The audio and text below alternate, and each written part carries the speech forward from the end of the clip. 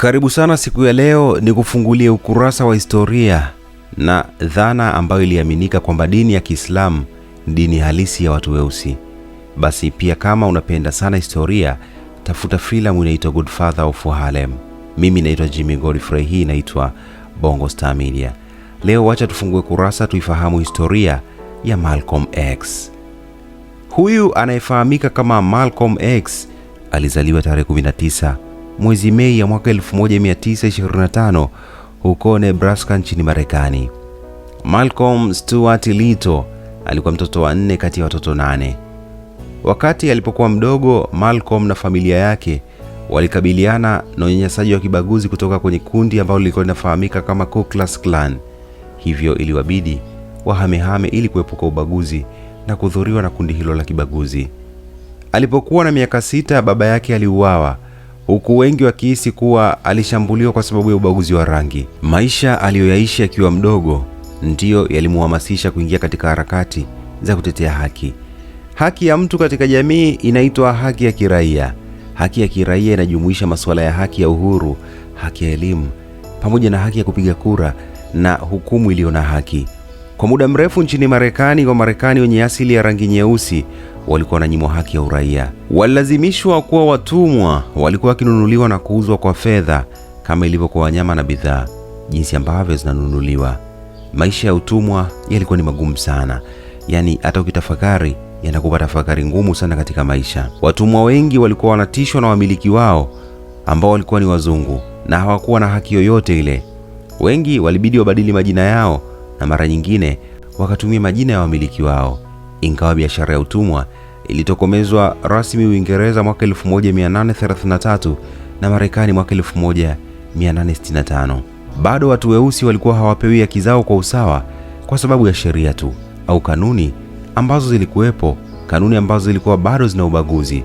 Ubaguzi uliwatenganisha watu weusi na watu weupe. Sasa unyanyasaji wa watu weusi au mtu yoyote ambaye alichukuliwa kuwa sio mzungu uliongoza harakati za haki za kiraia miaka 1960 huko.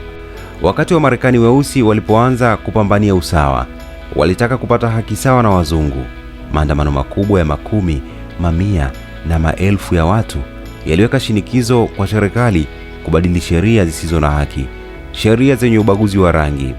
Viongozi mashuhuri wa haki za kiraia wakati huo walikuwa pamoja na Martin Luther King Jr. pamoja na Malcomx. Walitaka kupambania haki ya watu weusi kwa sababu ya ubaguzi ambao yeye na familia yake waliupitia, ambapo waliteswa sana, waliteseka sana. Alizungumza kwa hisia katika mikutano ya hadhara pamoja na mikusanyiko ambayo ilikuwa ni mikusanyiko mikubwa sana, ambayo alikuwa anazungumza na wananchi ambao wana asili ya weusi, ambapo watu wengi sana walikusanyika kumsikiliza ujumbe wake, ambapo wengi walimpenda kwa kile ambacho anazungumza, lakini ujumbe wake ulikuwa tofauti na ule wa Martin Luther King Jr. Mtu mwingine muhimu aliyepigania usawa wa watu weusi huko nchini Marekani alikuwa ni Martin Luther. Tofauti ya Martin Luther na Malcomx, Martin Luther ambaye yeye alihimiza maandamano yasiyo na vurugu, Malcomx alisema kwamba watu weusi wanapaswa kujilinda kwa njia yoyote muhimu. Lakini pia Malcomx hakukubaliana na azma ya Martin Luther King Jr. ya huko nchini Marekani, ambayo alikuwa anaamini kwamba watu weusi na weupe wanaweza wakaishi kwa pamoja. Malcomx hakuamini kabisa katika maono hayo na alitaka taifa tofauti kwa ajili ya watu weusi na watu weupe. Malcomx alikulia katika mazingira magumu sana. Alihisi kuwa hakuwa na fursa yoyote ile ya kimaisha.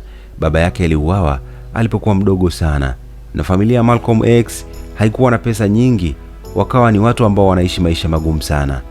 Malcomx baadaye akawa ni mhalifu, akapelekwa gerezani kwa kukamatwa na bidhaa za wizi. Alipokuwa gerezani, kaka yake alimtumia barua kuhusu kikundi cha kisiasa pamoja na kikundi cha kidini alichokuwa amejiunga nacho kinachoitwa National of Islam. Malcolm aliamua kujiunga pia na kubadili jina lake kuwa Malcomx ili kuashiria mabadiliko haya. Taifa la Uislamu liliongozwa na mtu aliyeitwa Elijah Muhammad. Washirika wa National of Islam waliamini kwamba watu weusi walikuwa ni bora kuliko watu weupe. Pia walifikiri kuwa Uislamu ndio dini ya kweli ya watu weusi. Watu wengi walipata utata, ambapo baadhi ya watu walisema dini hii inaenda kinyume na wazo la usawa, ambapo watu wengi walitafsiri na kusema kuwa ilikuwa inaenda kinyume na harakati za haki na za kiraia pia. Ilitokea tu Malcom aliliacha taifa la Uislamu baada ya kutofautiana na baadhi ya washiriki, lakini akabaki kuwa ni Muislamu. Alifanya safari ya kwenda Meka, mji mtakatifu zaidi wa Uislamu, na aliporudi alianza kufanya kazi na viongozi wengine wa haki za kiraia kama Martin Luther King Jr.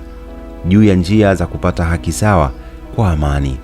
Malcom alitengeneza maadui wengi sana ndani ya taifa la Uislamu, na mnamo Februari 14 mwaka 1965 nyumba yake ilishambuliwa na kuchomwa moto. Malcom alitengeneza maadui wengi, tena wengi sana. Siku chache baadaye, alipoanza kutoa hotuba katika jiji la New York City, Marekani, alipigwa risasi na kuuawa, ambapo kipindi hicho ubaguzi wa rangi ulishamiri sana nchini Marekani. Ubaguzi wa rangi uliisha Marekani kati ya miaka 1950 hadi miaka 1960.